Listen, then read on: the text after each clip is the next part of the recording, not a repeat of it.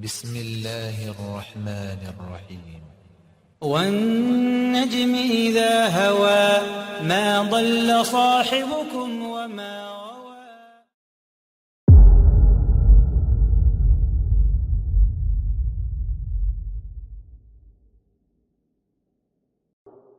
ومن تبعهم بإحسان إلى يوم الدين أما بعد. We were at the chapter of this book of Imam Bukhari rahimahullah that says يَبَرُّ أَبَوَيْهِ, a person should obey his parents مَا لَمْ يَكُنْ مَعْصِيَةً, as long as they don't ask us to do something that is against the Sharia of Allah subhanahu wa ta'ala, which means without disobeying Allah and His Messenger sallallahu alayhi wa sallam. As long as is not into that, then anything else we should obey our parents.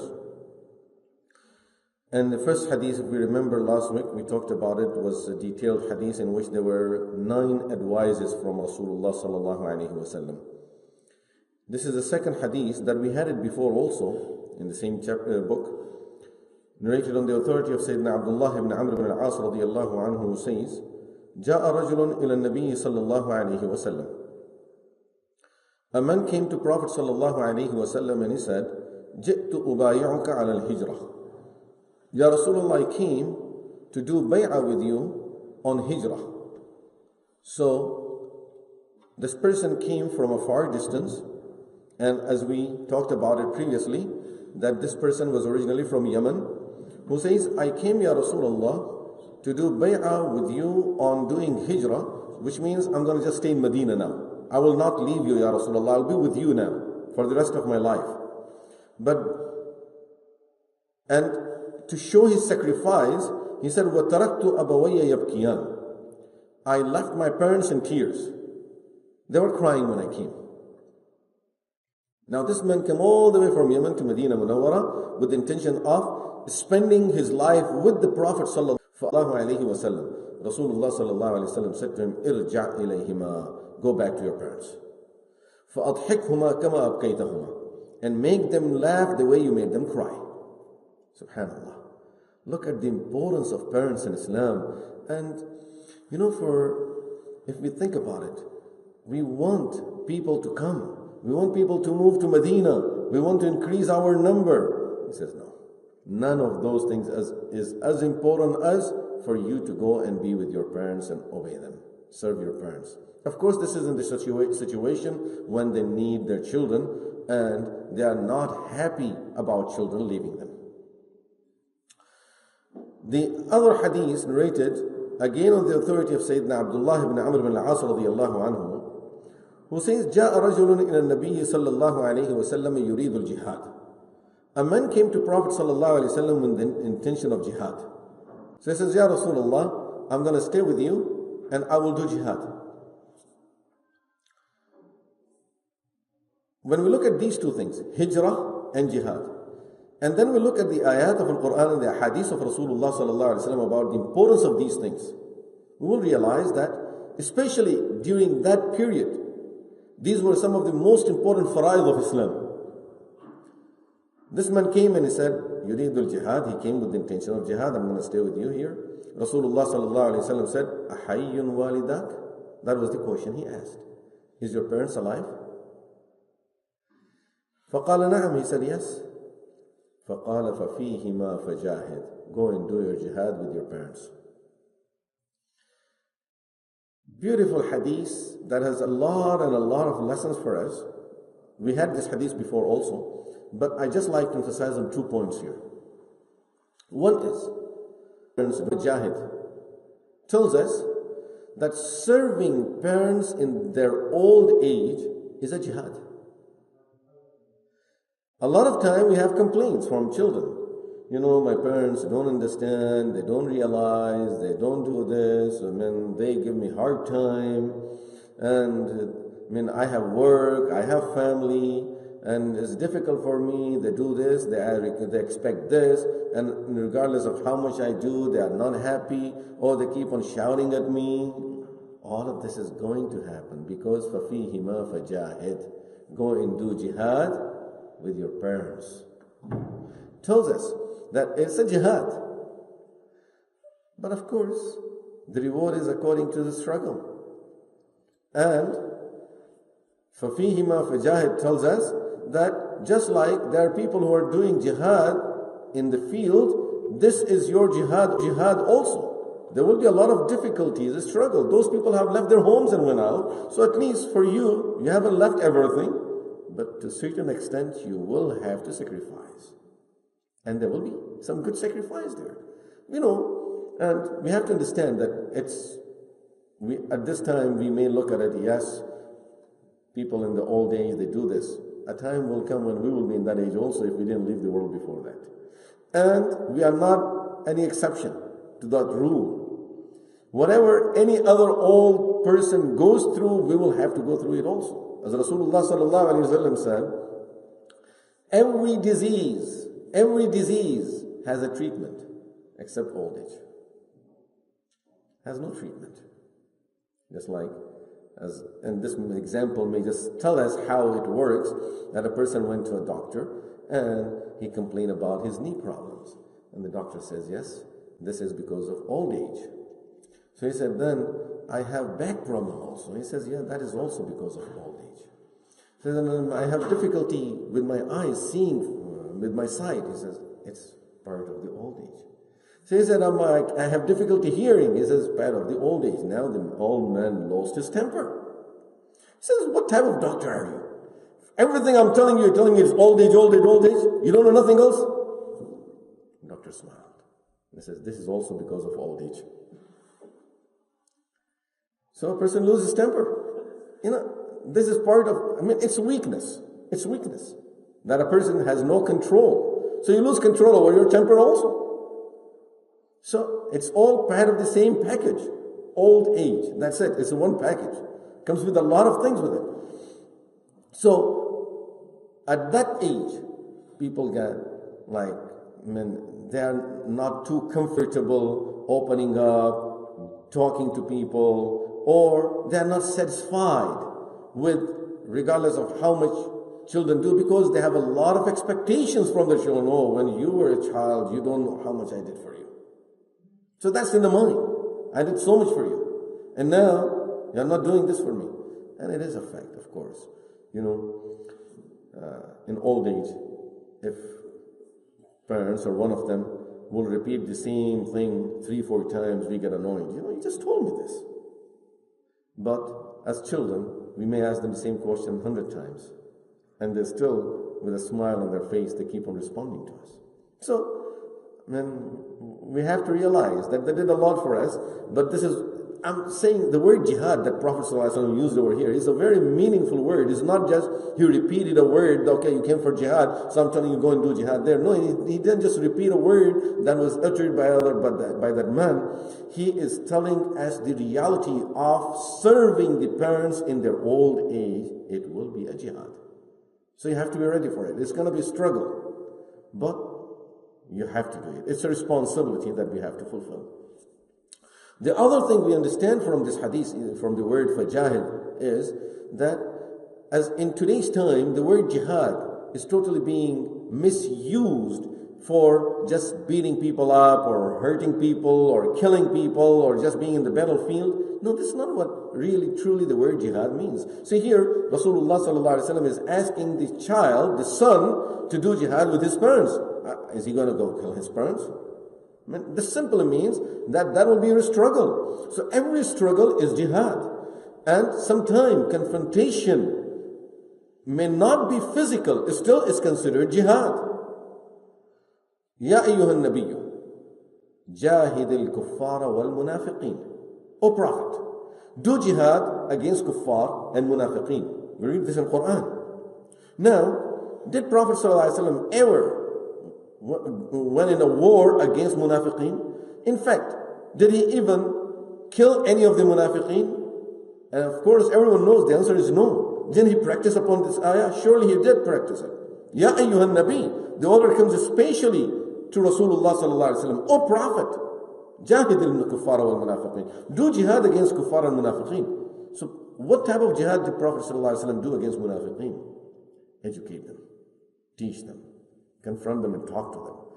Make them sit and ask them, did you say this? Did you mean this?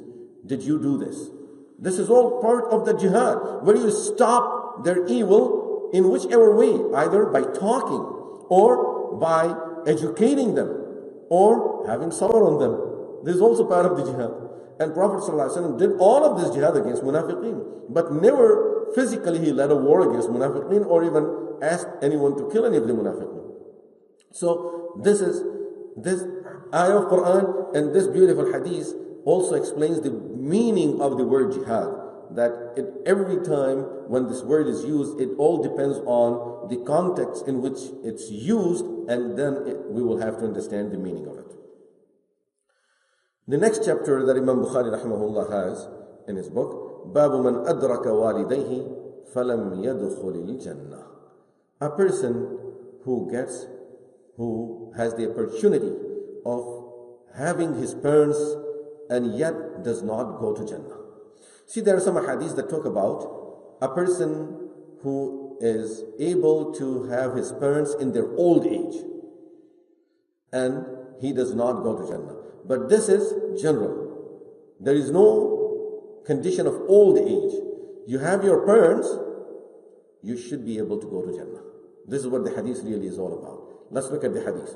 Sayyidina Abu Hurairah radiyallahu anhu narrates, عن النبي صلى الله عليه وسلم قال رغم أنفه رغم أنفه رغم أنفه. Rasulullah sallallahu alayhi wasallam said, disgrace, disgrace, disgrace is for that person. He said it 3 times. Now Sahaba are afraid. Maybe he's pointing to a specific person now. Someone may have done something wrong. And Prophet sallallahu alayhi wasallam is talking about that person. So they said, Ya Rasulullah, man?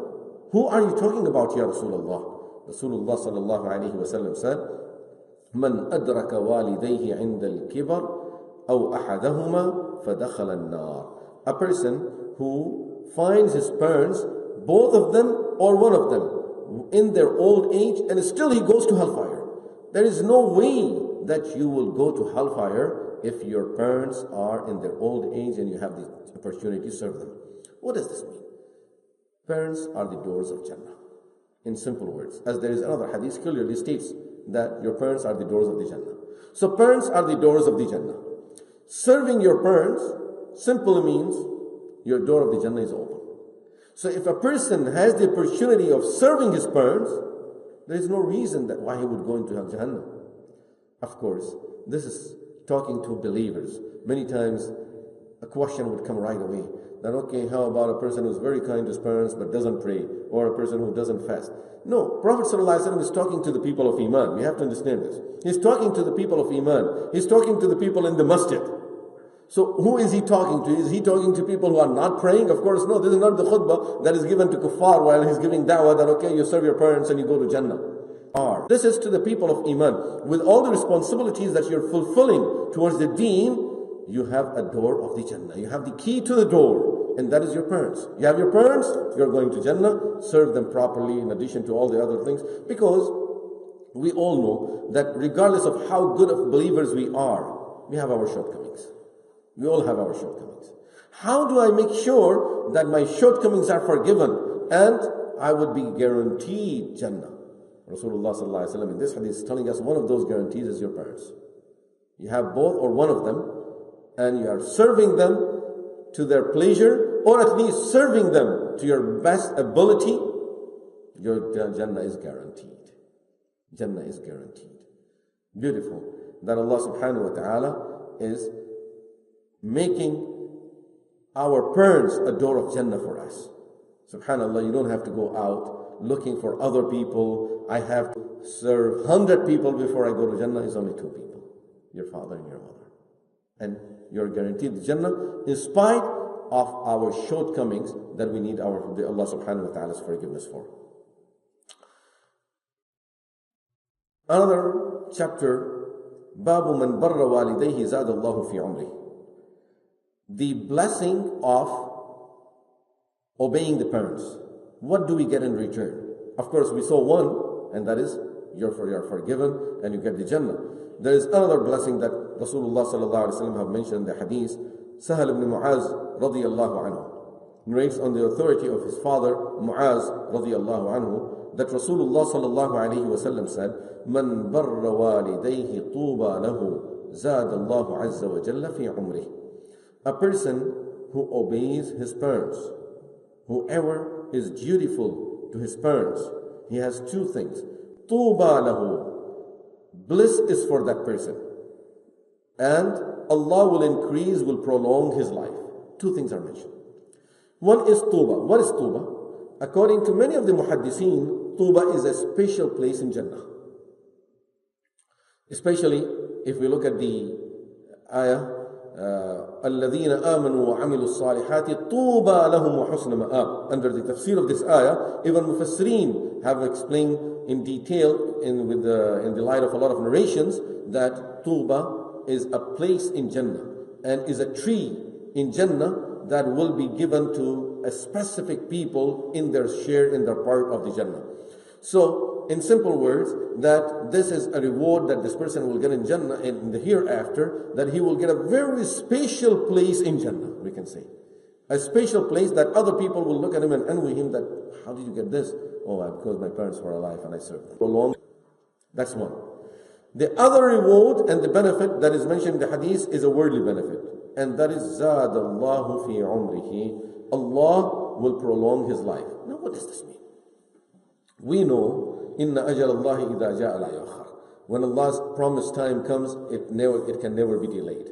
And the hadith tell us that there is qadr. Allah subhanahu wa ta'ala designate an age for every person who comes to this world. And before this person comes to the world, just when he's in the womb of his mother, Allah informs the malaika how long is he going to live. So now, what does increasing in that person's life means? Of course, is not referring to that if that person was supposed to live for 50 years, is going to live for 70 years. Or is supposed to live for 70 years, is going to live for another 10, 20 years. زَادَ اللَّهُ فِي عُمْرِهِ. Allah will increase his life simply means Allah will put barakah in his life. In 50 years, this person will achieve what others cannot achieve in 100 years. And if we study the biographies of the scholars of the Ummah, of course, who could be better example than Rasulullah sallallahu alaihi wasallam when it comes to barakah? Within the period of 23 years of Nabuwah, 13 years of Makkah, 10 years in Medina. Just within that period of 23 years of the Nabuwah, established the full Sharia, full laws of how to live a personal life, a family life, how to deal with anything that you have to deal with in your life, how to run a state, every detail about dunya and akhirah, Rasulullah sallallahu alaihi wasallam had explained it and established it within a period of 23 years. If we just look at one of the chapters out of thousands of chapters of Sharia, if we just look at one of those chapters, we will realize that a whole committee cannot establish all the details of these rules in that period of time. Take just Hajj as an example. Take a trade and a business as an example. And we see how many hadiths are about that field and how much detail is mentioned about that. And then you'd be surprised. Like this book that we have, that we are studying, is a book that has close to 1,000 pages. It's all about just adab. Just this chapter, adab. How much a person would have to think to teach people adab about everything. And these are the beginning chapters where we are just learning the adab about respecting parents. We will have adab about neighbors, about dealing with animals, dealing with Muslims, with non-Muslims, about adab of sitting, about adab of talking, about adab of walking, about adab of eating. So many adab of everything, 1,000 pages of just adab of one book only. So if we just take that chapter, a whole committee cannot document all of these adab with these details, in not only documenting them in such a beautiful manner that till the day of Qiyamah, people will not find better teachings than these. With all the research that is being done, with all the advancement of technology and everything, is a challenge to the world that can you bring better teaching about these chapters than what Rasulullah sallallahu alaihi wasallam have taught us? And this is just one chapter out of thousands of chapters that he have taught. So, barakah of time. Within that 23 years, he's establishing something that people are not able to establish, with whole large committees that they establish every few years, amendment, and amendment, and amendment. And those amendments are only in 100 rules of running the state, of running the country. And within that, every some years, there is amendment. There is no amendments here, and there is no need for amendments. So, this is barakah. Imam Shafi rahimahullah. We see how much work he has done. He was faqih and he was muhaddis. Allah blessed him with the knowledge of hadith and with the knowledge of fiqh. And he was known to be master in both of these fields. And he documented his whole fiqh that people are able to follow. Throughout centuries, people are following Imam Shafi rahimahullah. And he passed away at the age of 53. 53. For us, we say he's still young. But this is what he established during that short period of time. And a lot of great scholars, they passed away at young age. Barakah of time. This is called barakah of time. This is what Rasulullah sallallahu alaihi wasallam is saying. Zadallahu fi umri. Allah will increase and will prolong his life. So in a short period of time, a person would be able to achieve what people cannot achieve in long periods of time. Allah will put barakah in his time. May Allah subhanahu wa ta'ala make us of those who will have barakah in everything that we do, and give us tawfiq to serve our parents if they are alive, and do whatever we are able to do for them if they have left the world, so that they keep on receiving sadaqah jariyah on our behalf, and that will keep on pleasing them in their qabr. Wa sallallahu ta'ala ala khayri khalqi sayyidina wa habibina wa nabiyyina Muhammad wa ala alihi wa sahbihi ajma'in walhamdulillahi rabbil alamin. Amin. مولاي صل وسلم دائما أبدا